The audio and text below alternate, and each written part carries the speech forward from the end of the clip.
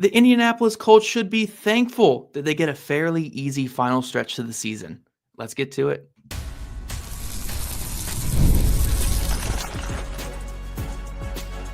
You are Locked On Colts, your daily Indianapolis Colts podcast.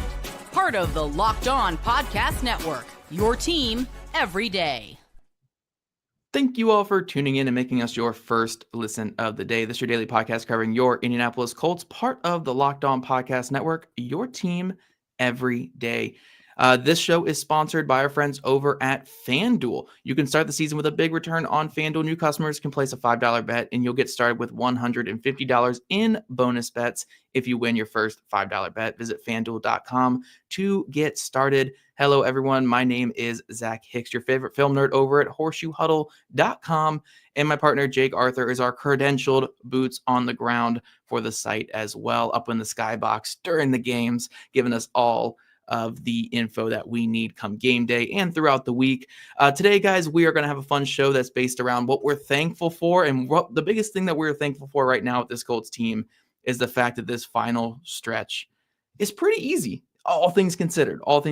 So we're going to talk about how the defense can take advantage of this very thankful final stretch, how the Colts offense can rebound a little bit in this final stretch. But first, let's talk about the stretch itself, Jake. So the Colts, these next 5 games to finish the year, they get a game at New England against New England Patriots.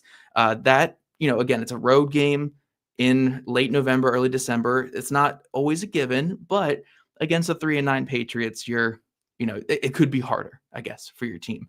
Then the Colts finally get that bye week. They finally get a chance to take a break and relax a little bit. And then coming out of the bye week, they get what is essentially going to be a playoff game for this Colts team at the Denver Broncos. We will know the fate of the Colts' playoff hopes when they play against the Broncos. And then to finish it off, though, they get a fairly forgiving stretch with a home game against the Tennessee Titans. They go at New York against the Giants, and they play at home against the Jacksonville Jaguars. And their opponents' records, aside from the Broncos, their opponents' records to finish this season are what? Let me do some quick math here. It's 10 and 26, 10 and 35, those other 4 teams. That's some door math. 10 and 35. And I know nothing is a given when you're a 5-7 team in the NFL. Like, we're not talking about this Colts team like they are, a playoff bound team for sure, and they're perfect or anything like that. But it couldn't really finish any easier for this Colts team. You get one tough one against the Denver Broncos, especially that's a road game against Denver, but you get the bye week, and you get 4 teams that are competing for a top pick. If the Colts want to finish this season strong, finish strong with their quarterback and finish strong with their roster, this is the schedule you want here, and you got to take advantage of it. Yeah, everything throughout the season has kind of been handed to the Colts on a silver platter to take advantage of their opportunities to make the postseason. They just haven't done it. They have, by and large, taken care of bad teams for the most part.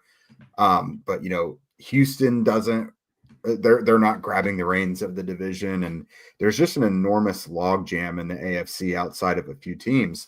So everything seems to wind up pretty good for them. And you really can't ask for a better final stretch here. You get an incredibly late bye week, which is, the latest one possible essentially. And you do that at the time that you're already pretty healthy right now. Like, at least the defensive line, for example, that dealt with a lot of issues in the beginning of the season. It's probably the strength of the team. And, they're even going to be rejuvenated even further. Like, the bye week is coming at the perfect time for this stretch that they really need it to. But it also is going to let you learn a little bit about your team as well. You get to throw Anthony Richardson out there in scenarios that he should flourish in. You're going to get some guys on defense who really need some of these opportunities to rebound as well. I think the key to getting these linebackers back on track is probably going to be this stretch too.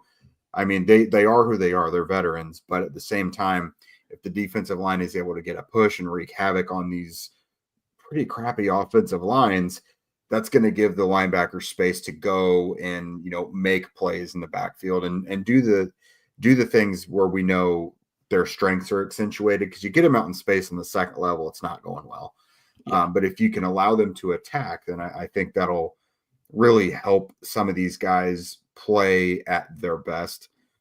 So from the Colts, thank you to the schedule makers, because this is a nice little stretch here. Yeah, and I do actually want to push back a little bit what you just said there. Thank you to the schedule makers, because the schedule makers have made this a tougher season for the Colts than what it could have been potentially. I mean, we're looking at where the Colts are at right now.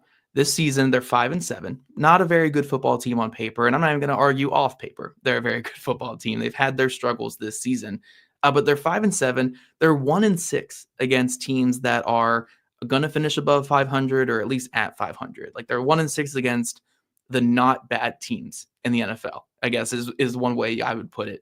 They are 4-1 against the bottom feeders, the teams that are going to finish well below 500, and their only loss being the cursed loss at Jacksonville. That doesn't count. That's not a real football game. So they're 4-0 against games that actually have voodoo magic over top of them. And then when you also look at this Colts team, they have had 3 games this season against teams coming off of their bye week. They don't even get the advantage against the Denver Broncos of playing them after the Colts get their bye week, because the Broncos also have their bye week in the same week as the Colts. So it's like it's an even game right there, where the other teams were advantage against the Colts because they got that week of rest and week of preparation. Then you go to other games too, like the Jets were coming off a mini bye going against the Colts. I believe the Vikings were going off of a mini bye coming into the Colts. Like, there was a lot of things going against the Colts with this schedule up until this point. And really the message, we even said this before the season when we were like reviewing the Colts schedule, was survive until this final stretch. Survive until these final 5 games and you have a chance to make the playoffs. Now, the Broncos have surprised this season, and I think they are a much more formidable opponent than what we kind of expected coming into the year. But the other 4 teams haven't. If anything, the Jaguars have surprised in the other direction than what I expected coming into the season. So the Colts have a very favorable final stretch. Defenses that, again, aside from the Broncos and maybe the Titans, who knows what they're going to be like at this point, these are probably going to be the weakest defenses that Richardson has faced all season. I think that offensive line-wise is going to be the weakest offensive lines the Colts have faced all season. So this is a very, very advantageous final stretch of the season for the Colts. And if they can steal a victory against the Broncos, they'll be in the driver's seat to make the playoffs as that 7 seed. So for as awful as it looks right now, 5-7, I think they've lost 4 of their last 5 games. Their only win being a last-minute win against the New York Jets. It doesn't look amazing for this Colts team. They can really right the ship in these final 5 weeks and just take care of business against teams they need to take care of business against. In the Shane Steichen era as head coach, the Colts are 7-2 against teams that have finished below 500. If we're counting last year's games and games this year where teams are probably going to finish below 500, the Colts are 7-2 in those games. They take care of business for the most part. So if they can just stay the course and take care of business in those 4 other games and then steal the game against the Broncos, they're right there at the 7 seed and they're going to make the playoffs. Yeah, another small factor. I mean, not for nothing. I mean, the playoffs being the goal, this is also, we're entering the stretch of the season where teams just start shutting guys down for minor injuries too. Like, if a team's out of it and they have a important player that's dealing with something that's not necessarily super serious, but not worth risking, like, they'll shut them down. So the Colts could run into a couple scenarios here where they're going up against incredibly depleted teams just because they're not really playing at full strength. So when you look at it, the quality of opponent already is bad. I mean, the Colts don't really deserve to be referred to as like the better teams in all these scenarios, but they are. The record is what they say they are, except for the Broncos. But yeah, luckily, as you mentioned in Shane Steichen's tenure, they do beat the bad teams. And I mean, you've got to really clean the table if you want to get to the playoffs. But if you think they can afford one more loss, then I mean, this is a way to rebound through all of it. They can maybe do one more loss based on how like Houston and some of these other racers in the AFC are performing, but Houston's not got a great schedule. That, you know, they've kind of got a crappy cluster coming up. But yeah, there's a lot of just little teeny tiny factors that go into it that could give the Colts these small advantages.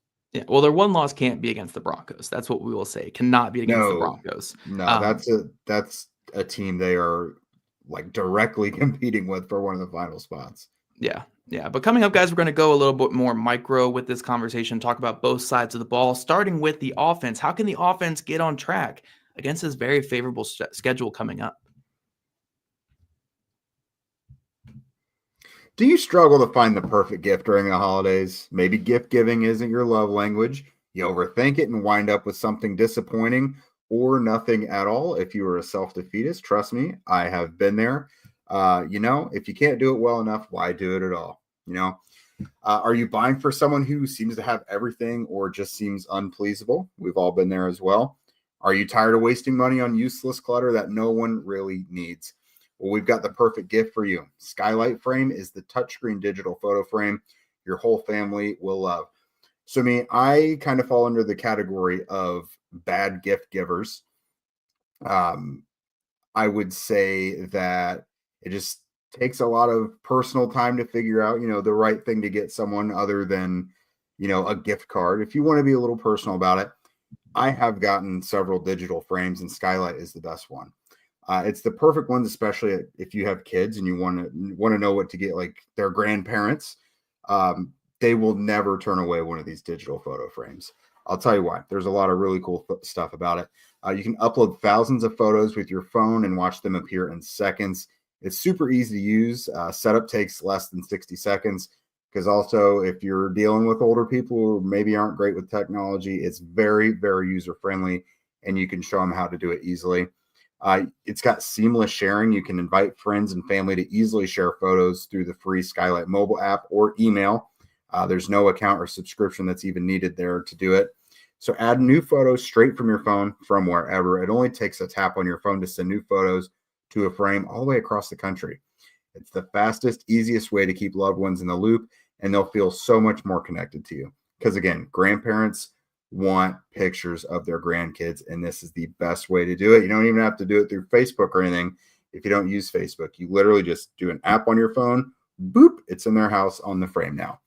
And now, as a special limited time offer for our listeners, get $20 off your purchase of a Skylight Frame when you go to skylightframe.com/NFL.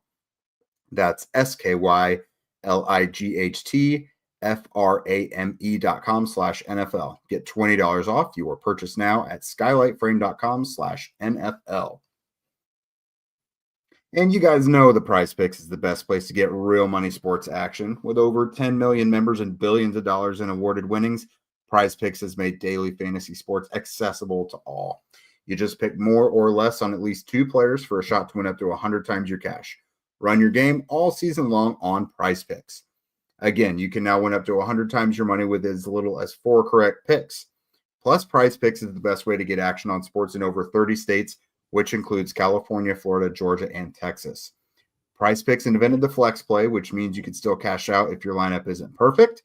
You can also double your money even if one of your picks doesn't hit.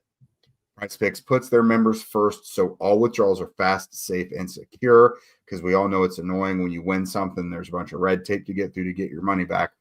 When my picks hit, I can get my money in as quick as 15 minutes. Prize Picks now offers Venmo for quick and easy deposits as well, and withdrawals into your account this sports season. So sign up today and get $50 instantly when you play just $5. You don't even need to win to receive the bonus either because it's guaranteed.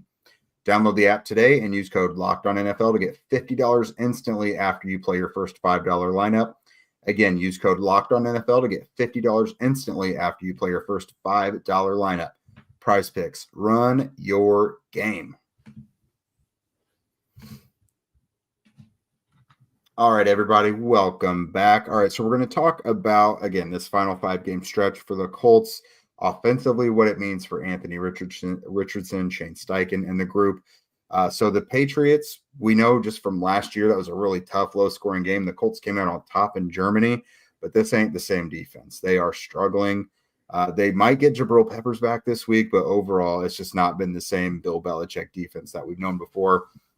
Broncos pretty good. If I'm not mistaken, they lead the league in sacks. So that's one where you have to have Anthony Richardson and not Joe Flacco in it. Titans have been ranked near the top of the league in pass defense throughout the year, but L'Jarius Sneed, the big acquisition over the offseason, he's on IR. He's missed what feels like most of the season. The Giants are in the tank. The Jaguars are in the tank. So, Zach, this is an awesome opportunity for Richardson to continue showing all that growth. These are situations where if the Colts don't find themselves playing from behind all the time and they can actually set the tone and play the game plan they would like to, get a score. Maybe you're up by one score. You can maintain the run game if it's working. Maybe at least enough to get play action opportunities. We know that Anthony Richardson can do that. But then, the defensive side of the ball, we'll talk about it. You can kind of pin your ears back and get after the passer and make it a complete effort. But really, I think this stretch, when you throw the bye week in there as well, which gives them an opportunity to self-scout, this, it suits up really well for the Colts offense, especially now that you're dealing with an issue with Josh Downs and that shoulder. Shane Steichen said today it could be tough for him to return this week already. But if you got this game in the bye week, then you've got this, final stretch that hopefully he can be back for. Yeah, and I think the big thing too is, again, when you look at Anthony Richardson's struggles this season, he's had his fair amount of struggles, don't get me wrong. A lot of them have come against defenses that have been in the top half of the NFL in terms of just pass defense in general, or EPA per play, and all those advanced stats that we love to quote. The Houston Texans have been brutal for most opposing quarterbacks. I know the Titans, I got after them this past week, but the Texans, 2 games that Richardson has started and finished for the Colts this season, have been getting after quarterbacks, and Richardson struggled in those games. You look at the Miami Dolphins game. Miami Dolphins, one of the top pass defenses. The Detroit Lions, who we all would say that he had a better game than what the stats show this past week, but the Detroit Lions are like number 2 in EPA per play this season among all pass defenses. He has been going against a murderer's row of pass defenses this season. And this final stretch, the only one that's really, really concerning on paper is the Denver Broncos. And luckily for the Colts and Shane Steichen and Anthony Richardson, they get one extra week to prepare for that matchup. They get that bye week, and they can really scout that Broncos film and get ready for what they're going to see from that Broncos team. So again, this is very, very favorable for this Colts offense that needs to find some traction in the final bit of this season. The one bad pass defense that we've seen Richardson going against this season was the New York Jets.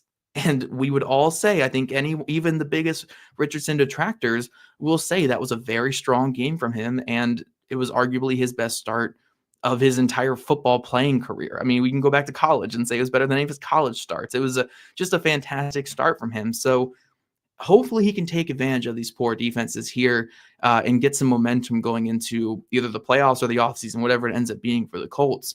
But even going away from Richardson and talking about the other important parts of this team, wide receiver, no Josh Downs this week, most likely. And who knows how much longer he's going to be out. It's pretty advantageous to go against a team like the Patriots, who have struggled to stop the pass. A week where you have to rely on Pierce and the hobbled Pittman and whoever they're going to put in the slot, whether it's Adonai Mitchell or someone else, you'd like it to be against more of a porous pass defense. These teams have struggled against the run by and large, most of these teams here.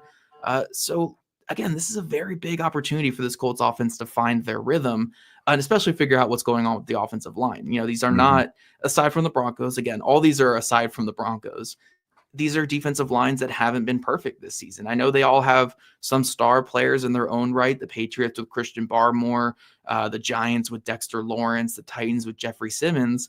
But these aren't like the top pass rushing units of the league like we've seen in past weeks, and especially not like blitzing wise either. These are teams that like to get after it with 4 rushers and let those star players do their thing. So it's a big week for, maybe the Colts can get Mark Lewinsky at right guard, or if Bernhard Raimann starts back at left tackle, you can get Matt Gonsalves over at right guard and maybe fix some of these issues that are popping up on the offensive line and get right in a lot of ways against these poorer defenses.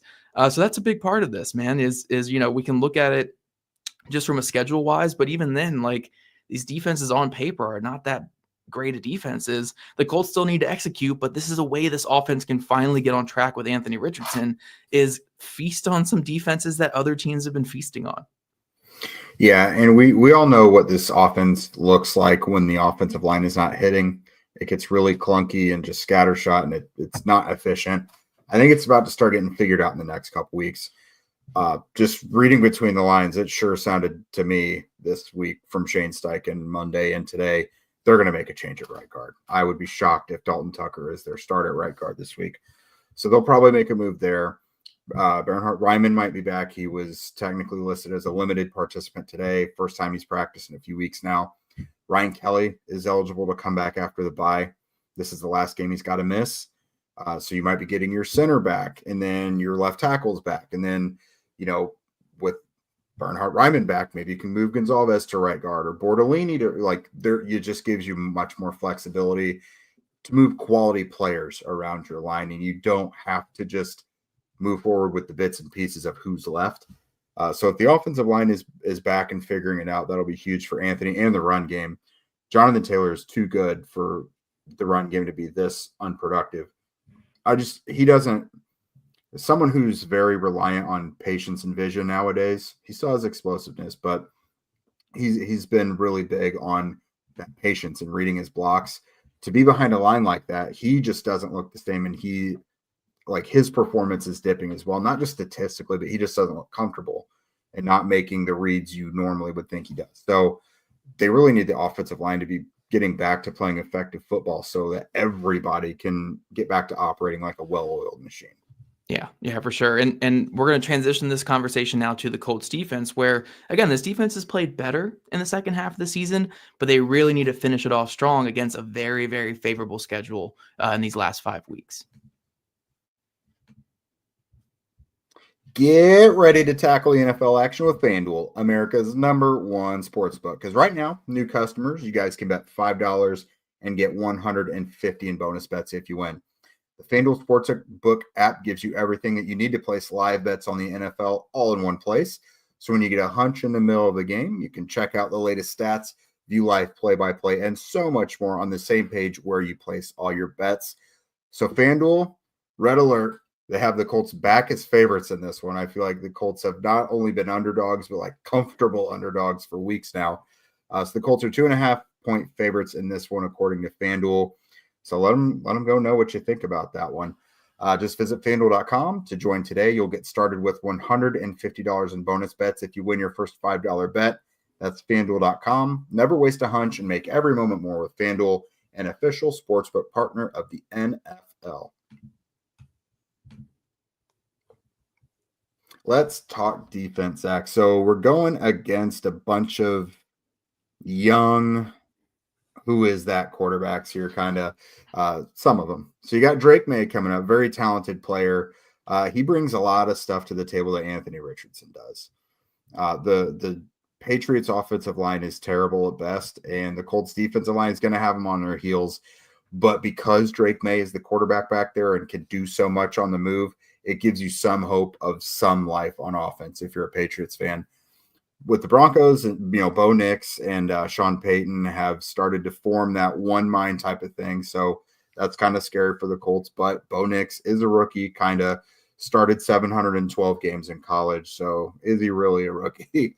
The Titans, Will Levis. That's the Will Levis experiment. He's not the same wild type of stallion guy he was early in the year. He's calmed down a little bit, but he's far from a perfect quarterback. Who's going to play for the Giants? Is it Tommy DeVito? Is it going to be Drew Lock by that point? And then the Jaguars, are they going to shut Trevor Lawrence down for the season or not? They probably should. They have nothing to play for. They paid him $1 trillion this offseason. So will it be Mac Jones? Will it be Trevor Lawrence? We don't know. But the most important positions in football for these teams, they're not all necessarily in great spots. Yeah, and I think a really big part of this final stretch for the Colts is going to be the performance of their defensive line. It is going to hinge on the performance. I would go as far as to say, aside from Anthony Richardson, the Colts defensive line is the single most important thing about this final 5-game stretch. They need to be utterly dominant, at least in the other 4 games aside from the Broncos. The Broncos game, again, I want you to be dominant in that one as well. But the Broncos game, that's a good offensive line. The other 4 games, though, will be won or lost by the Colts defensive line. The last time the Colts played the Jaguars, they did not get pressure on Trevor Lawrence, and we saw what happened in that one. But when you're looking at this statistically, you're looking at the Patriots offensive line, arguably the worst offensive line in football, might be one of the worst offensive lines we've seen in years. It is a truly dreadful offensive line this season. when you have guys like DeForest Buckner healthy, you have Leatu Latu, Kwity Paye, Dayo Adangbo, you need pressure on the quarterback this week. You go to the Tennessee Titans, their offensive line has struggled quite a bit this season. New York Giants, even when Andrew Thomas was healthy, they were struggling on the offensive line this season. You really got to take advantage of there. So these are offensive lines the Colts D-line needs to take advantage of. And then going to the quarterback aspect that you mentioned, Jake, these quarterbacks might not be the best in football, but at least when you're talking about the next two games that the Colts are playing, Drake May and Bo Nix, they are both very good scramblers, very good at escaping pressure and scrambling. They have been deadly with their scrambles this season. And the one thing the Colts have struggled with this season, they've been pressuring quarterbacks at a very high rate, but they have not been getting quarterbacks on the ground. They are struggling to finish sacks and get these quarterbacks on the ground. So again, when I talk about this defensive line, how big they are for the Colts' success these next 2 weeks, or these next 5 weeks, 6 weeks, whatever it is, it really comes down to getting pressure and finishing plays. Get Drake May on the ground, get Bo Nix on the ground, get Will Levis on the ground. These are quarterbacks you've got to get on the ground, because if they can get out of the pocket, they can make some big plays happen. And that's really the only way that they are beating teams. I mean, Bo Nix has been really good on schedule too. Again, the Broncos are kind of the exception to all this here, but talking about the other players here, like the Colts got to beat the poor offensive line in front of them, and they got to finish these plays against these quarterbacks, because that's really the only way they're going to create explosives and create big plays against you, is if they can get out of these sacks, which again, the Colts defense has struggled with this season. So big test for the defensive line in terms of, can you produce to the level we are expecting in this final five? Because the defensive line needs to carry the way on defense the rest of the week. I don't want to be complaining about the secondary these final 5 games in any way, because that means the D-line wasn't getting the job done. So it really comes down to, again, beat the guy in front of you and make some plays happen and finish the sacks. I'm expecting big things from Leatu Latu, DeForest Buckner, even Kwity Paye and Dayo Adangbo out there. Like, they need to make things happen in these final 5 games. And that's where the Colts playoff hopes will really rest, is can those guys produce? Yeah, big things I'm looking for. So obviously the defensive line performing well, that'll be huge, because like I mentioned, I also think that'll open up things for the linebackers to actually be put in situations where you're kind of having to, hand feed them good situations right now for them to be playing at their best. And I think that's should happen. Very healthy defensive line right now. Leatu Latu's heating up, Kwity Paye's heating up. Like, guys are really getting going. Dayo Adangbo has always killed terrible offensive lines. Yes. Like, Dayo really performs well against these type of lines. But the other thing I'm looking for is literally just, it's fundamental. It's just wrapping up and tackling. Last week against the Lions, they PFF'd them for 15 missed tackles, and that resulted in the Lions getting 175 yards after the catch and 110 yards rushing after contact.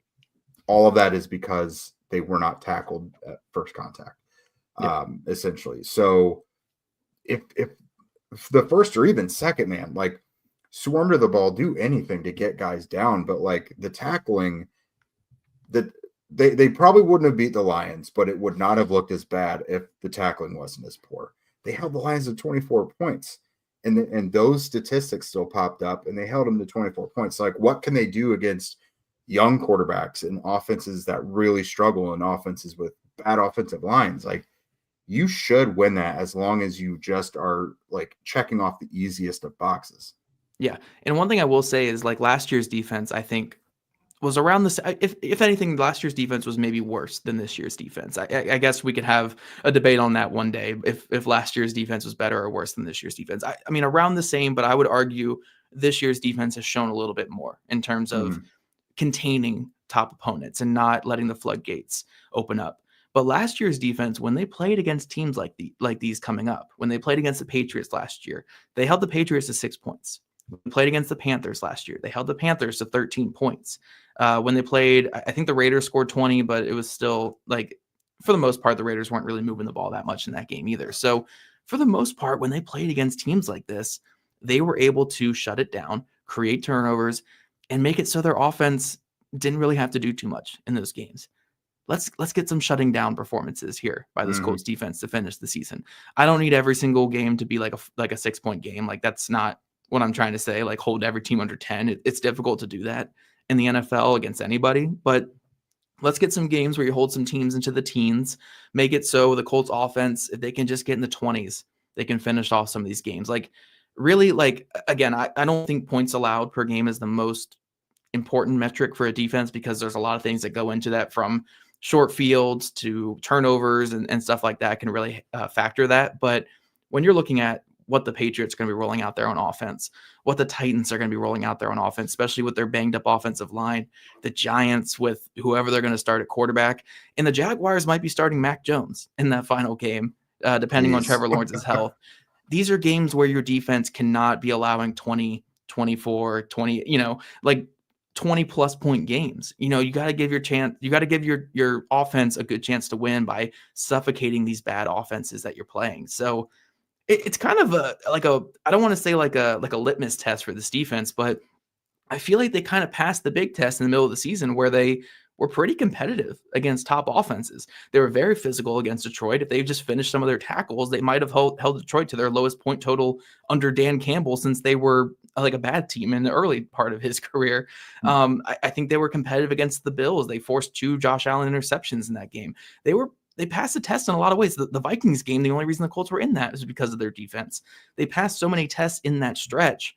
Now you got to just take that momentum from those games and just really put a beating on these teams that are not even close to the same offense. Really make it so the Patriots feel like a different opponent than the Buffalo Bills and finish off these games. So for this Colts defense, show that you're like a solid defense, man. Like, don't revert back to being a below average defense against below average offenses, because then we'll be looking so much more negative on this season from this Colts defense. So it's a really big opportunity for them to finish strong, just like the Colts offense has an opportunity to get on track. This Colts defense has an opportunity just to solidify who they are in these final 5 games.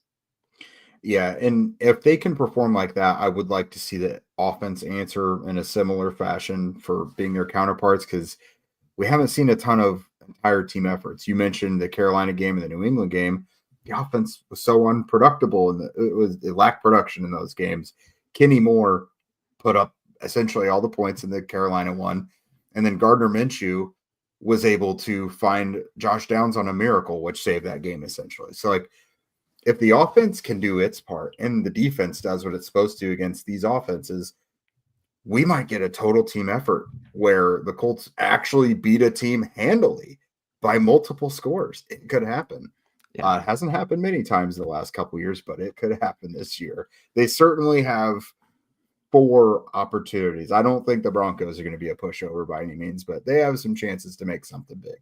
Yeah, and that is ultimately what we're talking about. We're thankful that the Colts have the opportunity to do the right thing in these final 5 games. Will they do it? That sounds like therapy talk. Yeah, right. It did sound like I was starting BetterHelp BetterHelp there. Yeah, and BetterHelp.com. No, that's kind of what it is. But they have the opportunity to finish this season strong. Will they take advantage? Will this 5-7 team finish with 9, maybe 10 wins? We shall see. It's all in the Colts. They have been delivered the opportunity of a lifetime to get there. Will they do it? We shall see. But we do want to thank you guys for making Locked On Colts your first listen today. Now, for your second listen, go find the new Locked On NFL with 2 shows every day. First, the Madman Tyler Rowland kicks off your morning with a double shot of NFL espresso, and then stop by the barbershop with Tony Wiggins for some real NFL talk. Find Locked On NFL on YouTube, wherever you listen to your podcast. If you guys want to become a Locked On Colts insider and chat with us directly and get the insider scoop, follow the link in our show notes. And if you don't already, make sure you're following at Locked On Colts, at Jake Arthur NFL, and at Zach Hicks 2, all on Twitter /X, whatever. Also, subscribe to us on YouTube, wherever you listen to your podcasts. We love your guys' ratings and reviews, and we'll catch you guys back here tomorrow for Crossover Thanksgiving Thursday.